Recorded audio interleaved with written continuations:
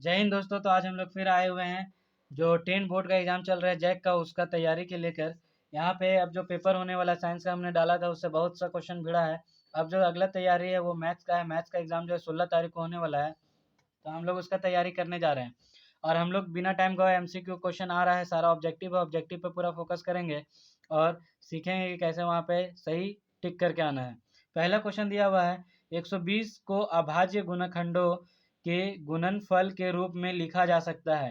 तो 120 को कैसे हम तोड़ के लिख सकते हैं, तो आप लोगों को याद रखना है कि उसको जो है फैक्टर, जो फैक्टर बोलते हैं हम लोग गुणनखंड, उसको सीधा हम लोग LCM जो लघुत्तम बोलते हैं वो ले लेंगे, आंसर इसका आ जाएगा।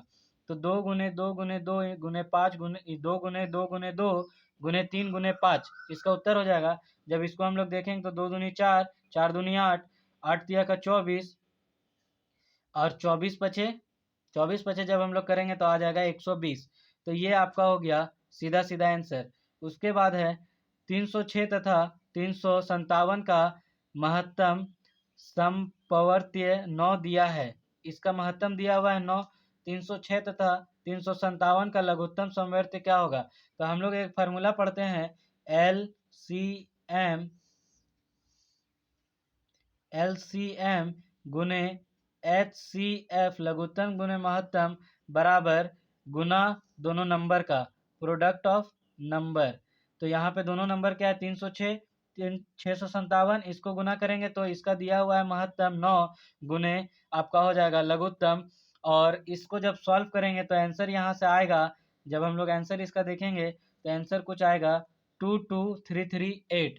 तो ये हम लोगों को बना के वहाँ पे दिखाना होगा एग्जाम में, मतलब बना के साइड में आंसर फिर टिक करना हो, क्योंकि हम लोग रट के तो गए नहीं हैं, वहाँ पे क्वेश्चन हो सके चेंज रहे। अगला क्वेश्चन है 15 और 25 का HCF है।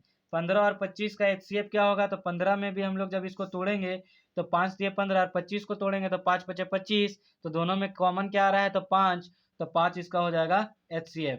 अगला है एक प्राकृतिक संख्या का अभाज्य गुणनखंड उसके गुणनखंडों के क्रम में छोड़ते हुए डैश होता है, तो क्या होता है, तो अद्वितीय होता है। आप लोगों को सीधा याद रखना है, अद्वितीय होता है। अगला प्रश्न जो हमारा है वो है द्विघात बहुपद होगा जिनके शून्यांकों का योग √2 और गुणनफल 1/3 है। तो ये हम लोग सीधा फार्मूला बनाने वाला तरीका पढ़े होंगे कि आपका x का square minus sum of zeros, sum of जो आपका योग होता है जीरोस का, उसका शून्यांकों का योग होता है, उसको बोलते हैं सम ऑफ जीरोस, और गुने x माइनस आपका प्रोडक्ट ऑफ जीरोस। ये फार्मूला पे सेट करेंगे इसको, तो यहाँ पे जो योग दिया है आपका वो है √2 और गुणनफल है 1/3। जब इसको पूरा बराबर 0, तो इसको जब पूरा हम सॉल्व कर लेंगे, अच्छा से हल कर लेंगे, तो वहाँ से जो आएगा वो आएगा √3x² माइनस 3√2x प्लस 1। तो ये आपका आंसर हो जाएगा। उसमें हम लोग को ये वाला फार्मूला लगाना है। उसके बाद आगे बढ़ेंगे, यदि ax² plus bx plus c के शून्यांक अल्फा बीटा हो तो अल्फा प्लस बीटा का मान होगा। तो अल्फा प्लस बीटा मतलब शून्यांकों का योग, और शून्यांकों का योग होता है -b/a। तो यहाँ पे हो जाएगा -b/a। तो -b/a आपका पहला ऑप्शन है, तो पहला आपको टिक मार देना है। एकदम सिंपल सा क्वेश्चन है ऊपर का। अगला जो प्रश्न है, किसी बहुपद px के लिए ग्राफ आकृति में दिया गया है, बहुपद के शून्यांकों की संख्या ज्ञात कीजिए।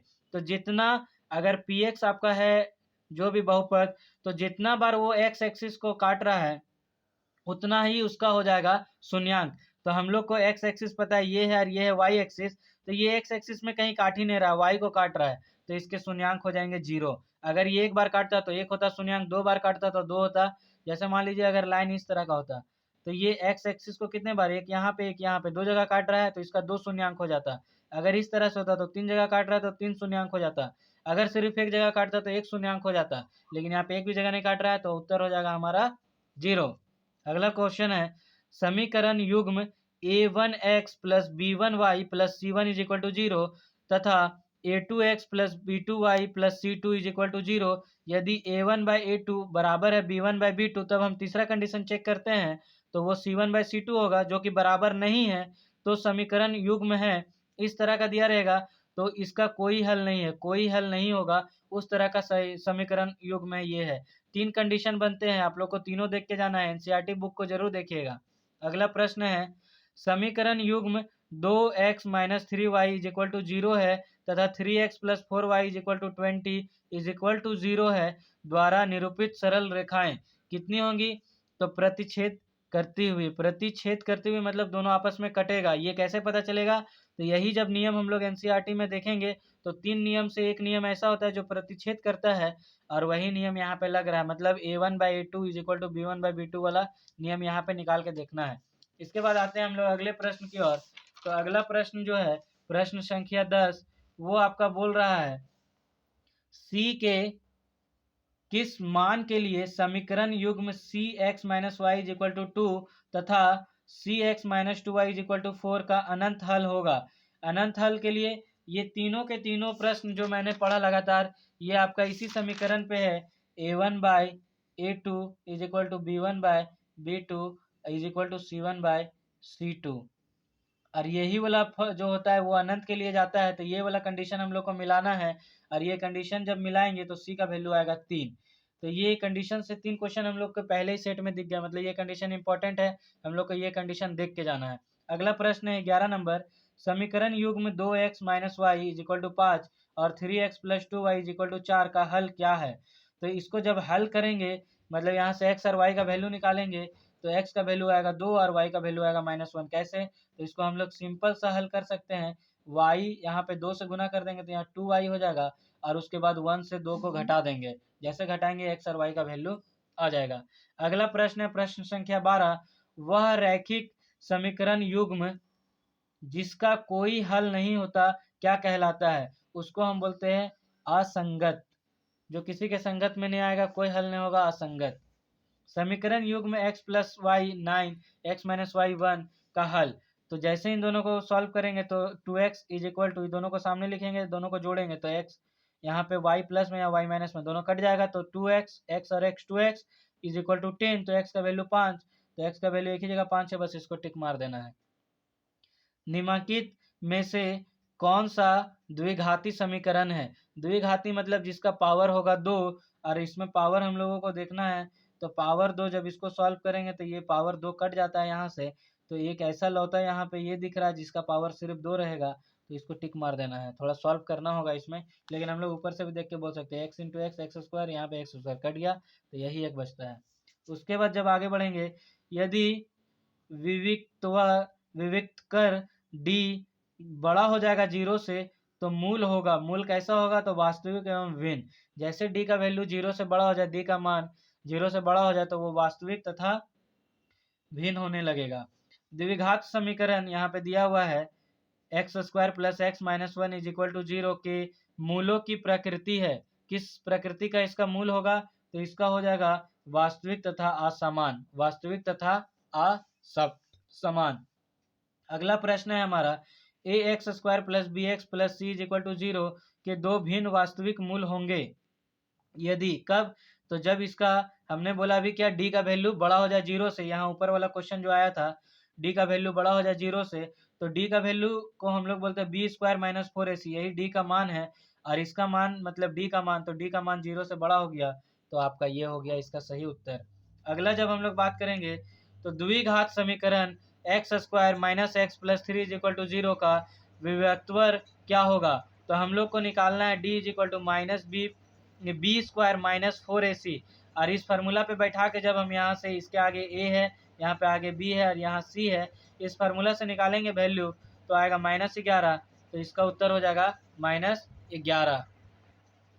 अगला प्रश्न है 19 नंबर, यदि द्विघात समीकरण x square minus 4x plus के इज इक्वल टू 0 का मूल समान हो तो k का मान क्या होगा? समान हो मतलब इसका d का वैल्यू, और d का वैल्यू हम लोग अभी ऊपर से 3-4 बार देखते हैं, बी स्क्वायर माइनस 4ac, अगर मूल समान हो मतलब आपका हो जाएगा इक्वल टू 0, समान मतलब बराबर 0, तो बराबर 0, तो यहाँ से हम लोग को के क्या है यहाँ पे c, तो c के बदले k लिखेंगे, और वहाँ से जब इसका वैल्यू निकालेंगे, मान निकालेंगे, तो आएगा 4, तो इसका मान हो जाएगा 4।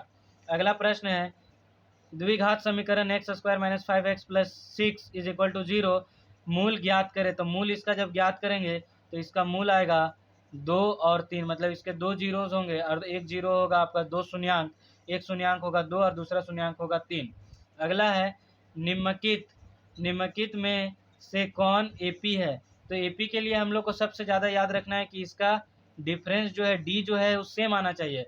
तो 2 से 4, 2 का और 4 से 8 तो 4 का, तो ये एपी नहीं होगा। 1 से 3 2 बढ़ा, 3 से 5 2 बढ़ा, 5 से 7 2 बढ़ा, तो ये एपी हो गया। तो बस याद रखना है कि एपी के लिए हम लोग का बीच का अंतर देखना है, बीच का अंतर सेम है तो वो एपी हो जाएगा। एपी 2 7 12 का 10वां पद क्या होगा। तो एपी जो दिया हुआ है यहाँ पे ए है, यहाँ पे 2, ए का यहाँ पे मान है 2 और यहाँ पे डी जो है बीच का अंतर वो है 2 5 7, तो 5 इसका अंतर हो गया। अब हमको निकालना है 10वां पद। तो ए 10 का फार्मूला होता है जो हम लोग को याद रखना है वो है 21 नंबर क्वेश्चन। ए 10 का फार्मूला हम लोग को याद रखना है, क्या होगा। तो ये होगा ए प्लस n माइनस 1, मतलब 10 माइनस 1 9 डी। तो ए का मान यहाँ पे है 2 और 9 गुने 5, 5 9 45, 45 और 2 47, तो इसका उत्तर हो जाएगा 47। तो इसी तरह का इसका उत्तर आप लोगों को नहीं दिख रहा होगा, इसका उत्तर यहाँ पे है 47। तो अब जो है हम लोग इसी तरह का क्वेश्चन नेक्स्ट वीडियो में भी बनाएंगे। ये वीडियो ज़्यादा लंबा ना हो जाए इसलिए मैं शॉर्ट वीडियो डाल रहा हूँ। आप लोगों को पसंद हो तो इसको लाइक और शेयर करें और सारा सेट कंप्लीट यहाँ पे कराया जाएगा। धन्यवाद।